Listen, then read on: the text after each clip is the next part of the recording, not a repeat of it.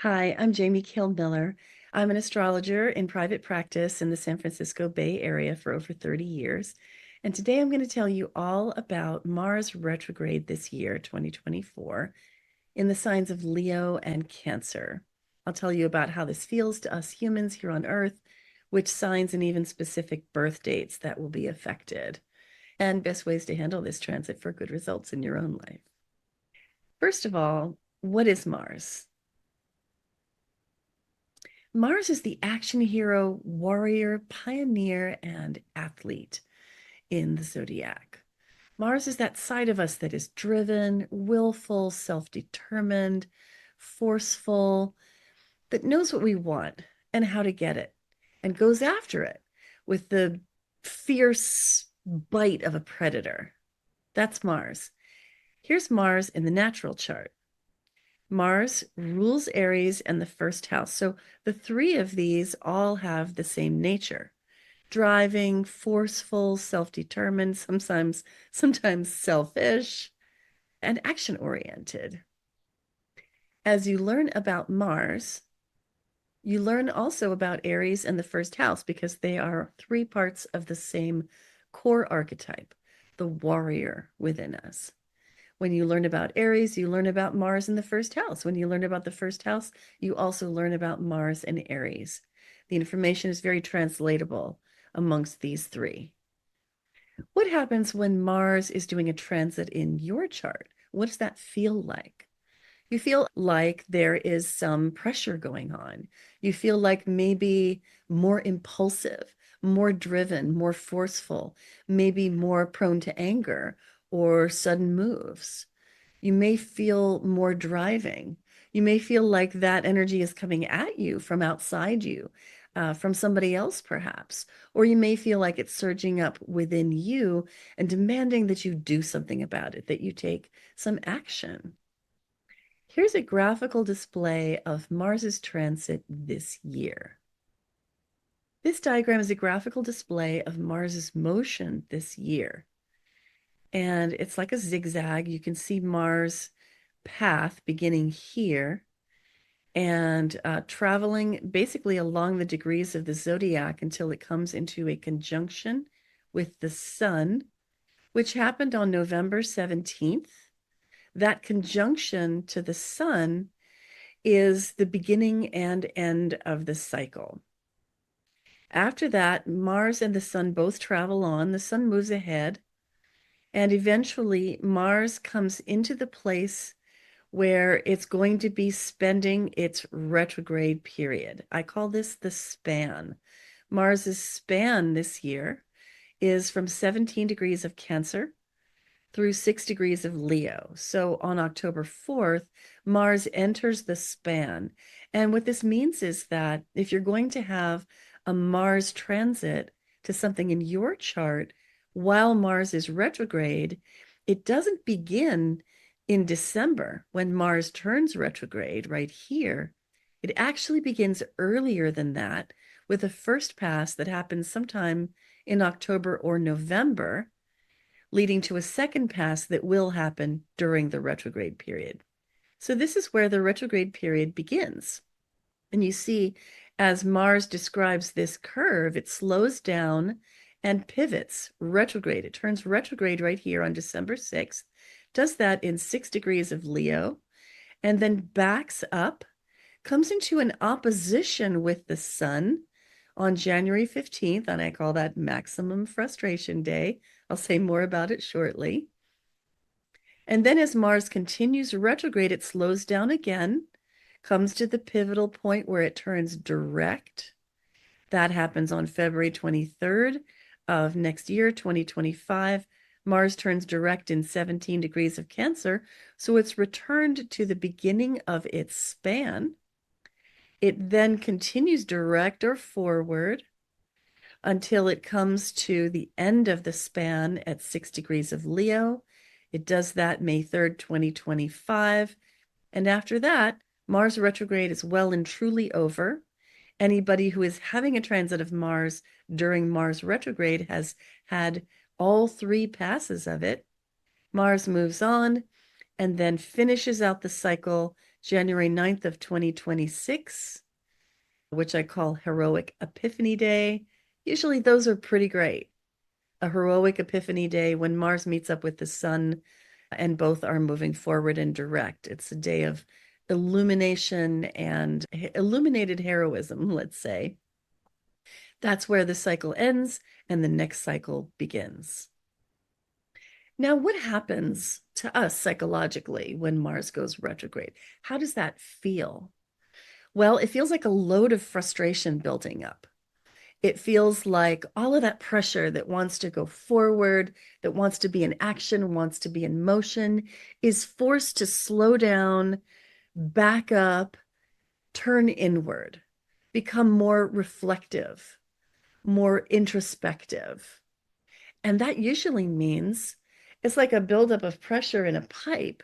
It starts out as little irritations, builds up to bigger and bigger frustrations, and can ultimately explode in a passion of anger or upset of some form. So the Mars retrograde portion can bring up a lot of frustration. It can be characterized by missteps, false starts, bad actions, going off half-cocked, misplaced impulsivity, other forms of just bad shots. And they may be bad shots because it was the wrong amount of action to take. It was the wrong timing. It was uncoordinated. It wasn't well thought out, or it was dishonorable. Because the warrior is nothing but honorable, right? So Mars wants to do his best always and wants to fight for a good cause. So when Mars finds that his cause is not right or is not honorable, I mean, what's worse than a dishonored warrior? And when you discover that your energies are not being deployed in the way that you wanted, not going in the direction that you wanted, or misfiring all over the place, it's incredibly frustrating, right? So sometimes these are the things that we have to deal with while Mars is retrograde. And we may have to look backward or look inward at our actions of the past and ask ourselves, did I misfire on that one? Was I too heavy-handed on that one? Was I rageful? Was I not sufficiently strong, perhaps, on my own behalf? Did I run away in cowardice from a battle that I really needed to engage? These are the kinds of questions and thoughts and preoccupations and feelings that we have when Mars is retrograde. Now, Mars goes retrograde every 2 years, and it always does so in a different sign or signs. This year, Mars is going retrograde in Cancer and Leo. And what that means on the diagram that I showed you a moment ago, and we'll show you again, is that Mars travels forward into the sign of Leo and then goes retrograde and backs up into the sign of Cancer. Now, Mars has a very different experience and expression in these two signs. Mars is pretty comfortable in Leo because Mars and the sign of Leo are both of the nature of fire. Mars likes to dominate, likes to be forceful, likes to express will. Leo is very much aligned with that. So this could be a situation where there's too much of that, too much fire, higher and hotter flames. And so while Mars is retrograde in Leo, there could be excess of, lion roaring, dominating, aggressive behavior. And when Mars backs up into Cancer, the tone and tenor of this transit changes dramatically because Cancer is a water sign. Cancer is about emotions and feelings. Mars in Cancer is actually in its sign of fall, which is what we call it when a planet is in a sign that it really doesn't know what to do with and struggles to really do its natural mission in. Mars is the warrior, but Cancer is the sign of the mother, of domestic life, of nurture and care. So Mars in Cancer can be a whiny warrior, overly emotional and not actional enough. Mars in Cancer can struggle with a sensitivity to the feelings and needs of others that undermines one's own self-assertion. Mars can identify with the victim to the extent at which one forgets to be strong when needed. Sometimes what Mars in Cancer really needs is a big outburst of tears just to clean the pipes. And then Mars can know how to move forward. Which signs will be most affected by this cycle of Mars? The birthdays impacted by Mars retrograde will be found in Cancer and Leo, in Libra and Scorpio, Capricorn and Aquarius, Aries and Taurus. So we're talking Cancer 17 degrees to Leo 6 degrees. And that span is covered during July 8th to 29th. So if you are born in the second half of Cancer or the beginning of Leo, you're going to really feel this transit very personally and quite strongly. Similarly, if you're in the same span of Libra and Scorpio, you'd feel this really strongly as well. Now, I do want to say that Libra and Scorpio in general, beyond these birth dates, are going to feel this transit. But if you were born in these birth dates, you'll feel it that much more strongly. So October 10th to 29th, you'd feel it. If you're a Capricorn or Aquarius, you'd feel it, but especially if you're born between January 7th and 26th. And Aries and Taurus folks will feel it, but most especially and most keenly if born between April 6th and 26th.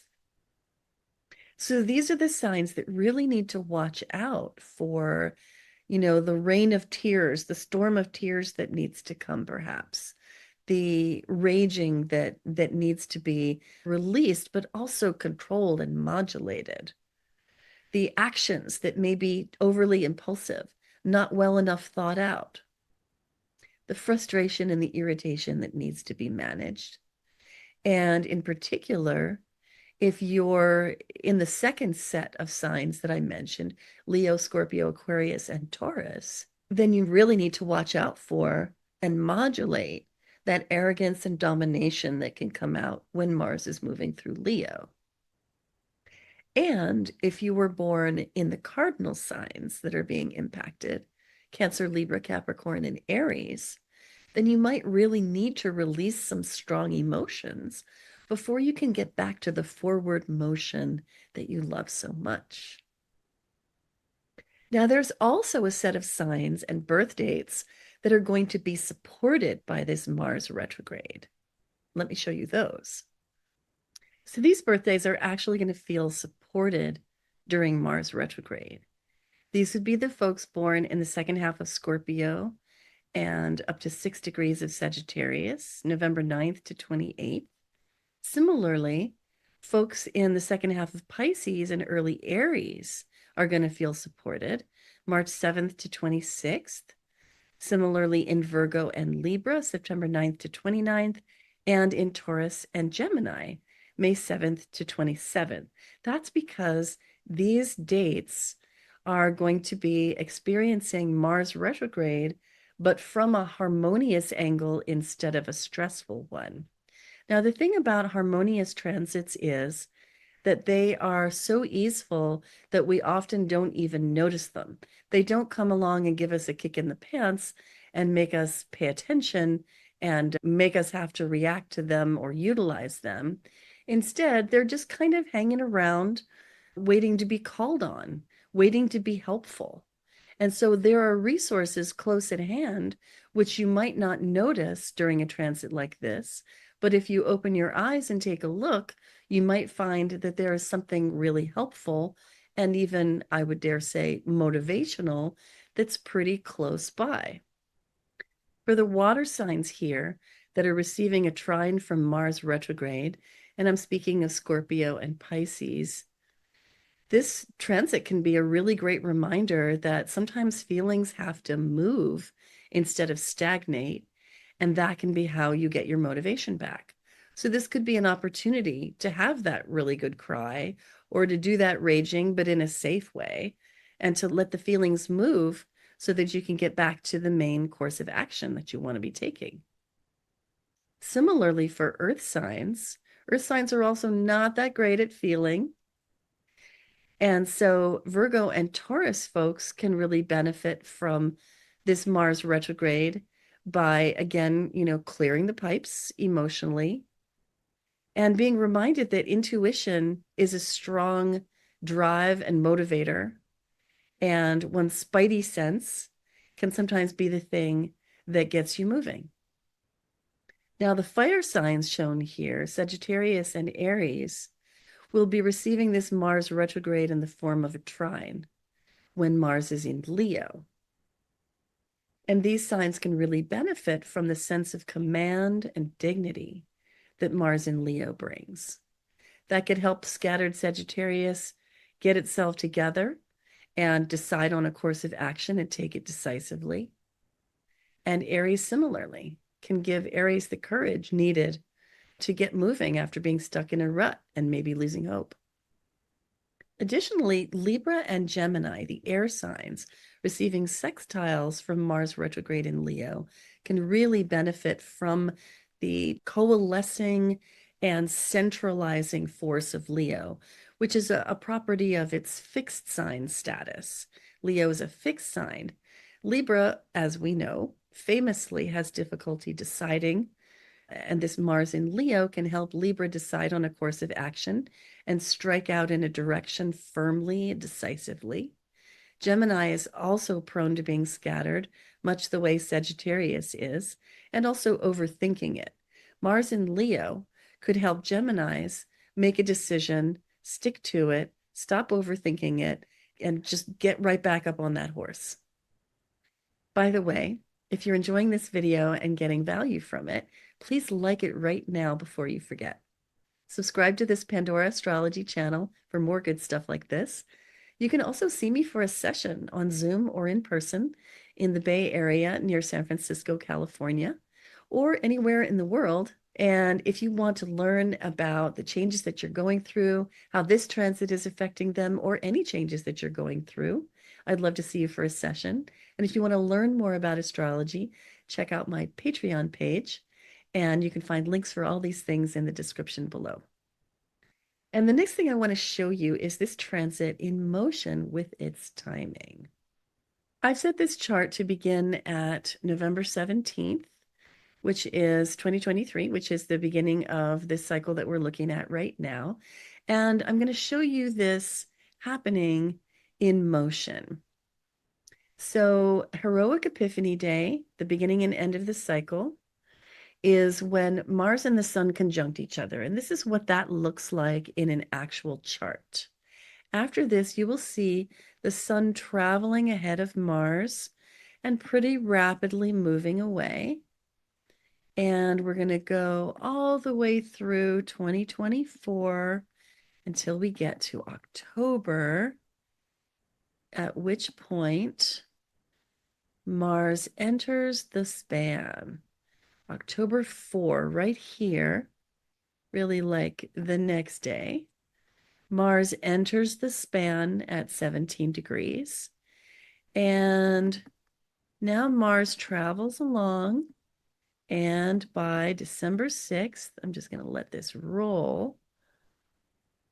Okay. By December 6th, Mars turns retrograde.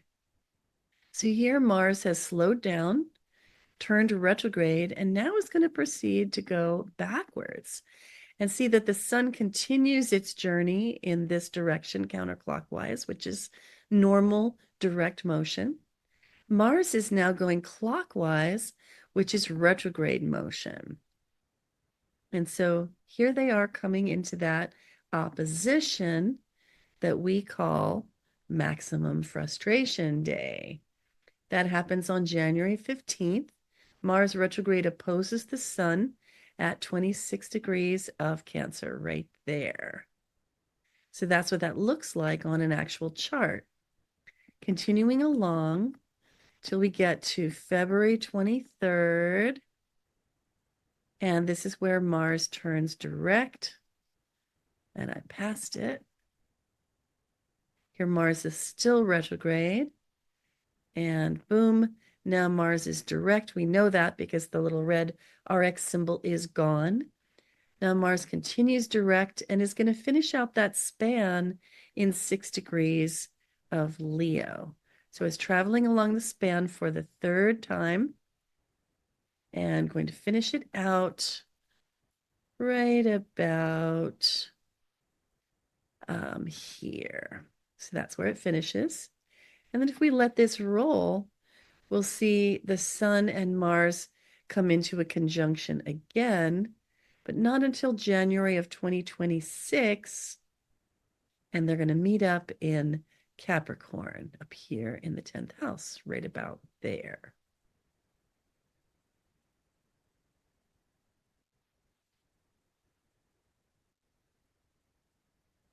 Yep, there they are again. So I'm going to show this to you again, and I'm just going to let it run at speed.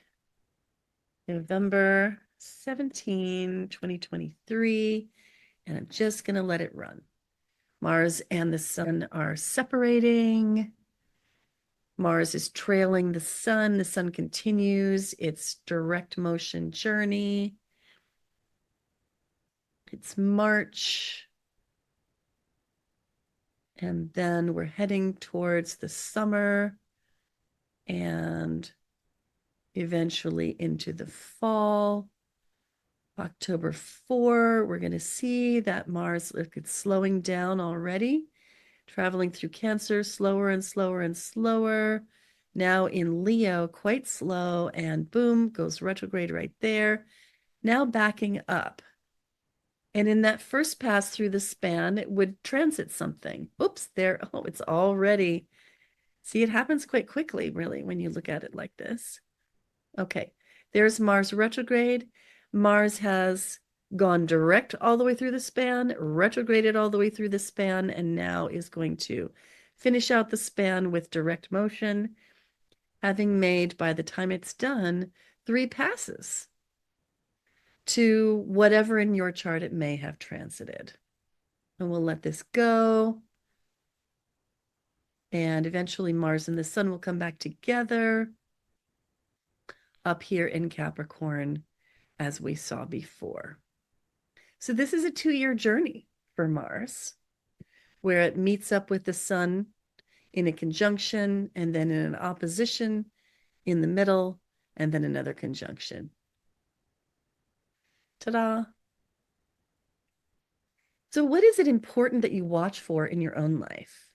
Well, definitely look for Mars within, but also keep your eyes open for Mars without, because you're not the only one who's dealing with frustrations, misfires, missteps, anger, upset.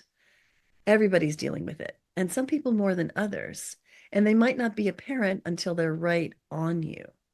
So keep your eyes open for everybody that you know that has a short fuse. Maybe stay away from them. Maybe don't get in the car when they're driving. Maybe don't drink and drive. So many sensible pieces of advice that we really should be taking all the time, but especially during a Mars retrograde period. Another thing to remember about Mars retrograde is it's really not a good idea to push yourself too hard when it comes to exercise during Mars retrograde. So there's another caution for you. And if you can pay attention and modulate it just right, this transit contains powerful lessons for you about how to assert yourself, just like Goldilocks, not too much, not too little, but just right. Well, that's it for today. If you enjoyed this video, please do like it, subscribe to Pandora Astrology's channel, and tell your friends about it. I'm available for astrology consultations near Berkeley, California, in person or on Zoom anywhere in the world. You can learn from me via my Patreon portal. And until next time, I'll see you around the cosmos. Bye-bye.